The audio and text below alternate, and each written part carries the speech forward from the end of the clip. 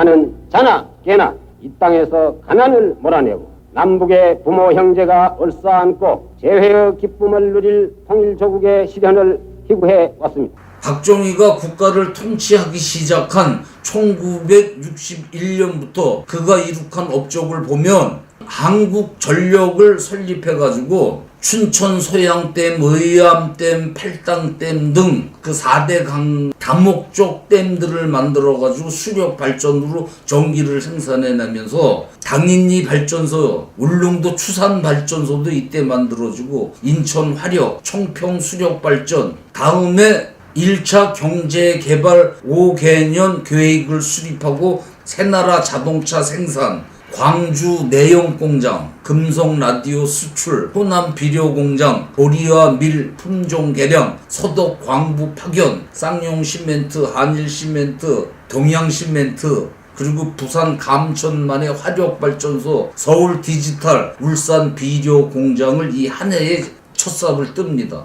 시멘트는 각종 건설에 절대 필요한 요소이고 전력 역시 국가의 동료가 아닙니까? 그리고 비료는 식량 증산에 없어서는 안 될 필수, 연필 한 자루 만들 수 없던 나라는 그가 재건을 시작한 지 2년 만인 1964년 1억 불 수출을 시작으로 구로지역 수출단지, 해외개발공사, 광주공업단지, 원자력 발전소, 울산 석유화학단지, 금성위성통신국, 관악산 기상레이더, 포항제철, 마산 수출 자유지역, 금산 위성통신국, 울산 알루미늄 재련공장, 고리 원자력 발전, 그리고 전남지구 간척공사, 동해안 북부선 개통, 서울 교외선 개통, 한강 양화교, 한남대교 3일 고가도로, 전남 고흥간 간척사업, 호남 야산 개발단지, 호남의 13개 공장 종합기지,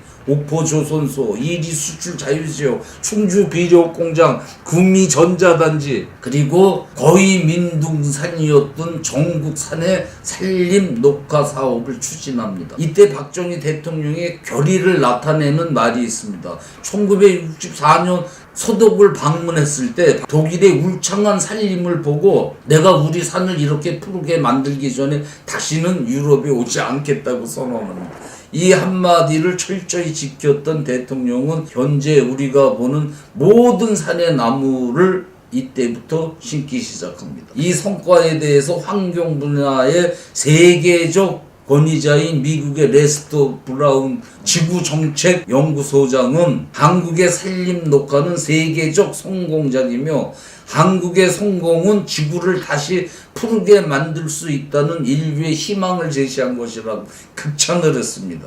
또 박정희는 경제와 미래 안보를 위해서 일본을 이용해야 한다고 판단을 했습니다. 그래가지고 일본과 국교 정상화를 추진하는데 야당이 이 대일 외교는 불력적 외교다 하면서 범국민 반대 투쟁위원회를 구성해가지고 대학생과 시민을 선동해가지고 이른바 6.3 사태로 역사에 기록되는 대규모 시위를 벌입니다. 이 사태로 한일 회담을 맡고 있던 김종필이 사표를 내고 해외로 외유를 떠날 정도로 엄청난 반대에 부딪힙니다. 한일 국교 정상화가. 그러나 박정희는 한일 협정을 기필코 타결시킵니다. 박정희를 반대하는 세력들은 지금도 30년간 민족의 한을 팔아먹었다고 비난을 하지만 2005년 노무현 정권 때 외교 문서를 공개했지 않습니까?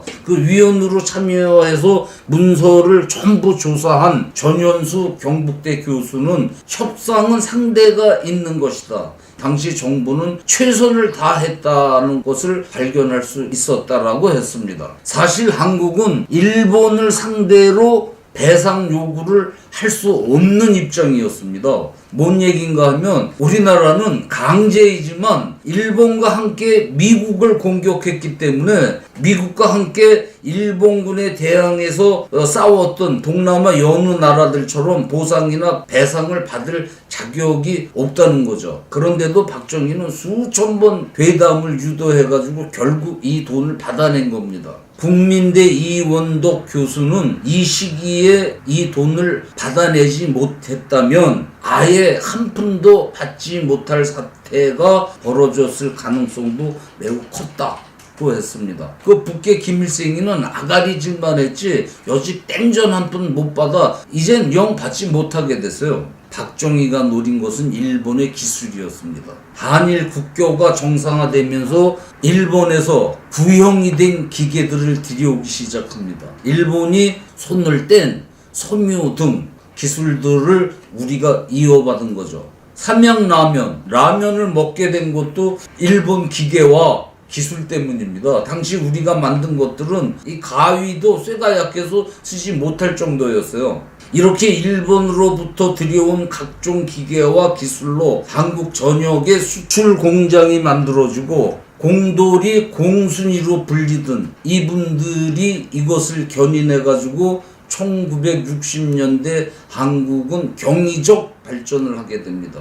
지금 삼성이 전 세계에 팔고 있는 전자제품도 일본 기술을 기반으로 시작한 거고 자동차, 선박, 섬유 등 무엇 하나 일본 기술을 기반으로 하지 않은 것이 없었습니다. 지금도 마찬가지입니다. 우리가 일본을 능가하려면 중국 놈들처럼 용서하자, 그러나 잊지는 말자 이러면서 외국 기술들을 흡수하는 것처럼 일본을 능가하려면 이 반일 감정을 숨기고 일본의 기술을 더 받아내야 됩니다. 어떤 분야에서는 일본이 우리보다 50년 앞선 기술들이 있어요. 우리가 쓰고 있는 핸드폰 얼마 전까지만 해도 그 70%가 일본 기술이었어요. 그 일본에서 저 불산 주지 않으면 지금도 그 회로 못 만들어냅니다. 그런데 뭐 일본하고 싸움 붙여놓고 그 불산 우리가 만들었다고 그러는데 그 전문가들 얘기 들어보면 다 헛소리래요. 어떤 게 국익에 이롭습니까? 그 우리가 이기고 나서 얼마든지 할 수 있는 거 아닙니까? 그런데도 이 좌익 정부는 자신들 권력 기반을 위해서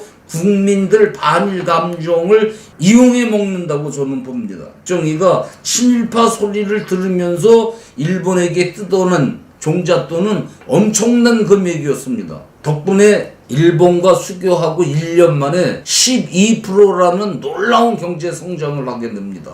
물론 그 세대들이 밤새워 일을 했기 때문입니다.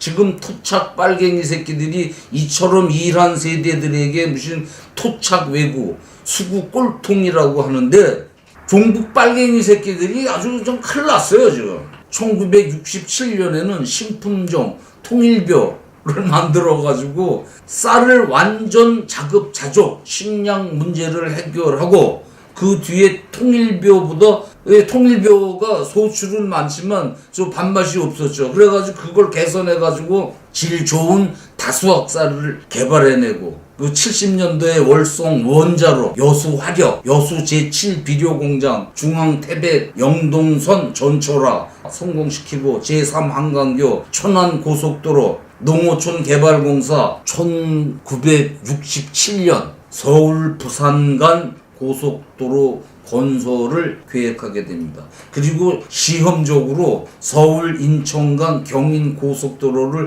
1년 만에 만들어내면서 박정희 대통령은 서울 부산 간 경부 고속도로 성공에 확신을 갖게 됩니다.